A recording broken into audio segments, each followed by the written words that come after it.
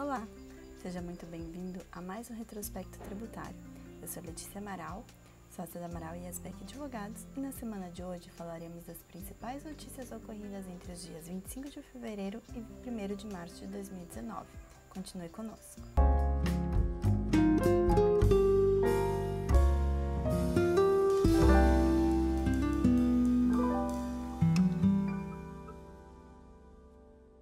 Começaremos o nosso boletim de hoje falando sobre notícias do Poder Executivo.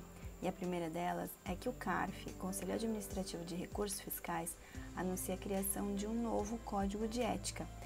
Essa notícia foi anunciada pelo CONJUR no dia 22 de fevereiro e fala que já está correndo o prazo para que conselheiros e servidores façam sugestões sobre o tema. A notícia do CONJUR do dia 23 de fevereiro vem falando aqui sobre incertezas no tratamento contábil de contingenciamento de risco tributário.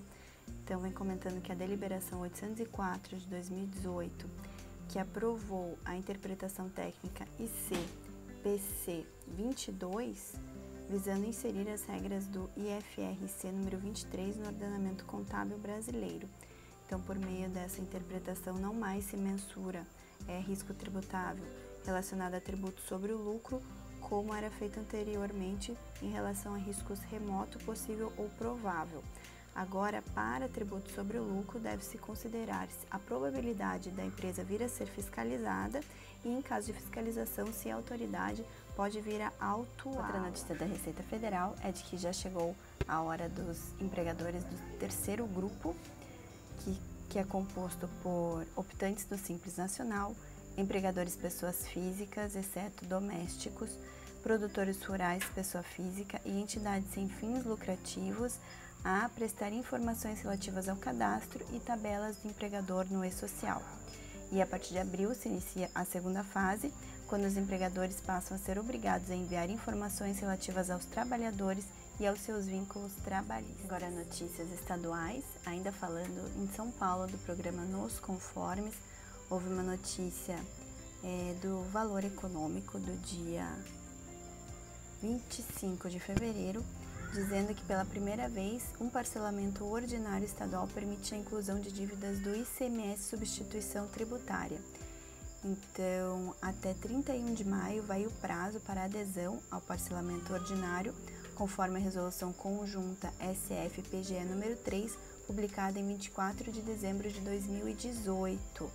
E será possível incluir débitos inscritos ou não em dívida ativa com fato gerador ocorrido até 30 de setembro de 2018. E por meio desse parcelamento ordinário, não se dá nenhum desconto de juros e multa e a possibilidade de parcelar em até 60 meses. Ainda em São Paulo, está aberto desde dezembro a possibilidade de inclusão de débitos de IPVA anteriores a 2017 em parcelamento, sendo possível parcelá-los em até 10 vezes.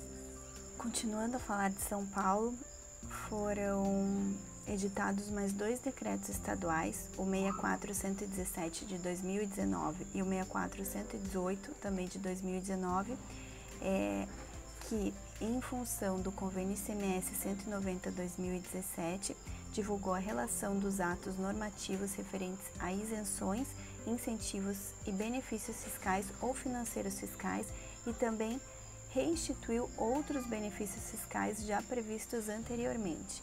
Então, também para ficar atento, o Estado de São Paulo também está regulamentando e obedecendo aos termos do convênio 190 de 2016. Para finalizar as notícias estaduais, ainda teve o comunicado 1 de 2019 do Estado do Piauí, que comunica sobre a exclusão de mercadorias da sistemática de apuração da substituição tributária. Então, o Estado do Piauí também vem seguindo essa tendência de excluir mercadorias da sujeição do ICMS. Agora passaremos a notícias relacionadas a decisões, começando pelas decisões administrativas federais. A primeira delas é do dia 25 de fevereiro e fala que a utilização de faturas comerciais falsas para instrução de despacho aduaneiro demanda a aplicação de pena de perdimento. Foi um julgamento da primeira turma ordinária da 4ª Câmara da 3ª Sessão de Julgamento do CARF. E é uma notícia importante porque, claro, que declaração falsa é algo grave e por isso enseja a pena mais grave, que é a pena de perdimento, a sanção administrativa mais severa. Agora passaremos a notícias relacionadas a decisões judiciais federais.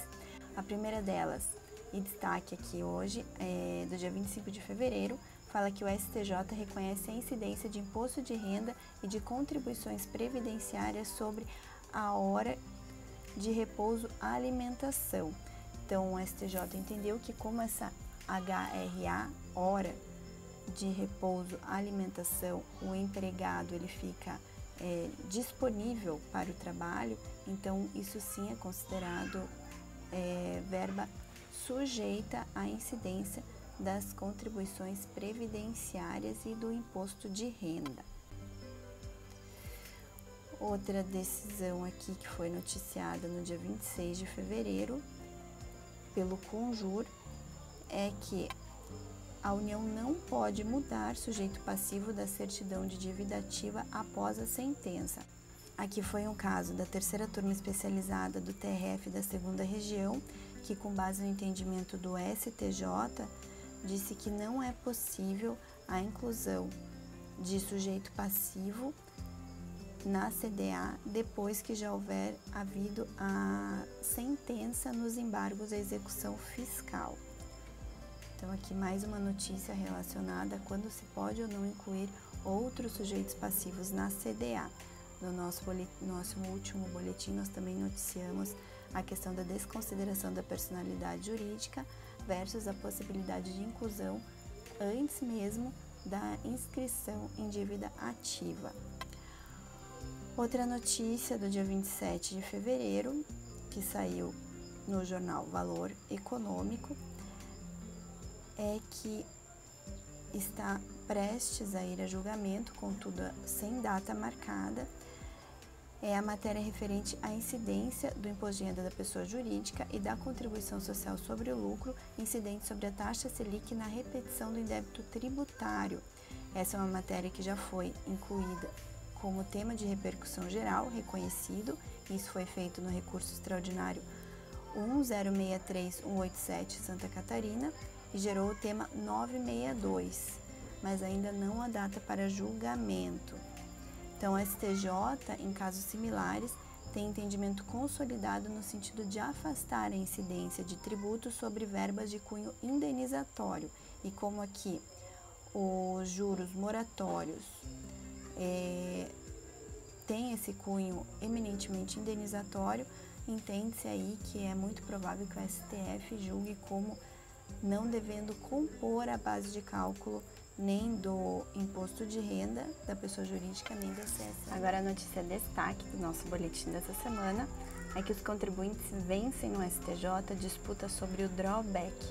Aqui no caso o contribuinte ele tinha deixado expirar o prazo de 30 dias para que ele pudesse exportar o maquinário e o entendimento do fisco é que deveria incidir juros e multa desde o dia da importação. Contudo, o STJ entendeu que os juros e multas só devem incidir a partir do 31º dia, ou seja, depois de passado o prazo para que o contribuinte fizesse a exportação do bem. Esse foi o entendimento da primeira turma do STJ e o caso deve ir para a primeira sessão, pois a segunda turma possui entendimento divergente. Outra notícia também da primeira turma do STJ é que foi negado a uma indústria tabagista o aproveitamento de créditos de IPI na compra de fumo de pessoas físicas. O entendimento foi de que essas pessoas não são contribuintes do IPI e, por isso, a compra não deve ensejar créditos de IPI. As últimas notícias do nosso retrospecto de hoje é que o STF revisa a tese sobre incidência de ISS em operadoras de plano de saúde. E antes havia tese falando que tanto operadoras de plano de saúde como seguradoras de saúde não estavam sujeitas ao ISS. Contudo, foi revista essa tese para excluir as empresas de seguro-saúde porque não entraram na discussão lá que levou essa tese em 2016. Para finalizar a nossa edição de hoje, mais uma decisão relativa à repercussão do entendimento do STF de que não deve incidir o ICMS na base de cálculo do PIS e COFINS. Agora, com o fundamento na mesma decisão, uma juíza da 6ª Vara Federal Civil de Vitória, Espírito Santo, falou que o ISS não deve se incorporar ao patrimônio do contribuinte e, por isso, não deve integrar a base de cálculo do PIS e COFINS. Então, mais uma decisão aí se alinhando a todas essas decisões que estão repercutindo o entendimento do STF sobre a não incidência de tributos na base de cálculo de outros tributos. Essa foi mais uma edição do nosso retrospecto tributário. Outras notícias você encontra no blog e no nosso site da Amaral e Asbeck Advogados. Caso você ainda não seja assinante do nosso canal Direito da Inteligência de Negócios, por favor se inscreva e ative o sininho para receber todas as nossas novidades. Até a próxima semana!